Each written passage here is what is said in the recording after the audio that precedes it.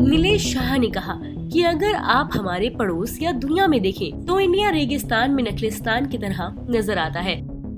Shah Kotak Mahindra asset management company के managing director हैं। उन्होंने CNBC TV 18 को दिए इंटरव्यू में ये बात कही।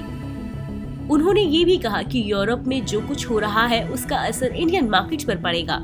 रूस यूक्रेन लड़ाई में ऊंट किसी करवट बैठ सकता है। नीलेश शाह की बात सही लगती है। इसकी वजह ये है कि इंडिया के पड़ोसी देश संकट से गुजर रहे हैं।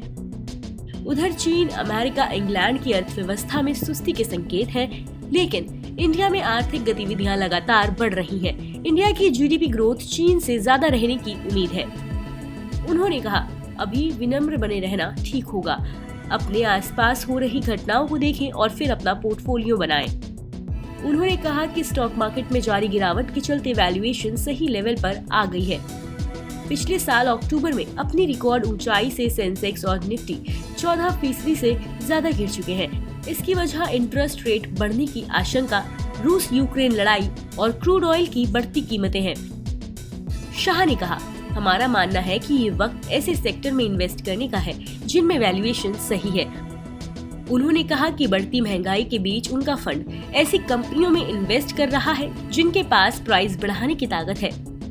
उन्होंने कहा, हम ऐसी कंपनियों में इन्वेस्ट कर रहे हैं जो वॉल्यूम गंवाए बगैर अपने प्रोडक्ट की कीमतें बढ़ा सकती हैं। Kotak Mahindra asset management company के MD ने कहा कि इक्विटी फंडों में SIP के जरिए एक साल में किए गए इन्वेस्टमेंट का रिटर्न नेगेटिव हो गया है या थोड़ा पॉजिटिव है। इसका असर सेंटिमेंट पर पड़ा है। हालांकि इन्वेस्टर्स करेक्शन का इस्तेमाल खरीदारी के लिए करना चाहते हैं। उन्होंने कहा कि इन्वेस्टर्स को इससे काफी कॉन्फिडेंस मिला है कि मार्च तिमाही के नतीजे ज्यादा अनुमान के मुताबिक या अनुमान से बेहतर रहे। इंडियन स्टॉक मार्केट बुरे दौर से गुजर रहा है।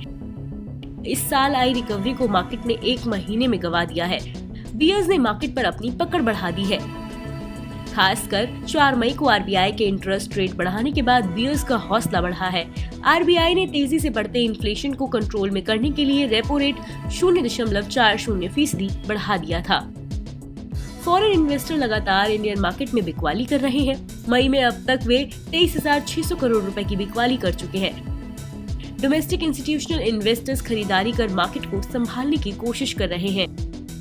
सिर्फ मई में उन्होंने 18,750 करोड़ रुपए मूल्य के शेयरों की खरीदारी की है। DII पिछले साल मार्च से ही खरीदारी कर रहे हैं। मार्केट की इनसाइड खबरों के लिए बने रहिए मनी कंट्रोल हिंदी के साथ।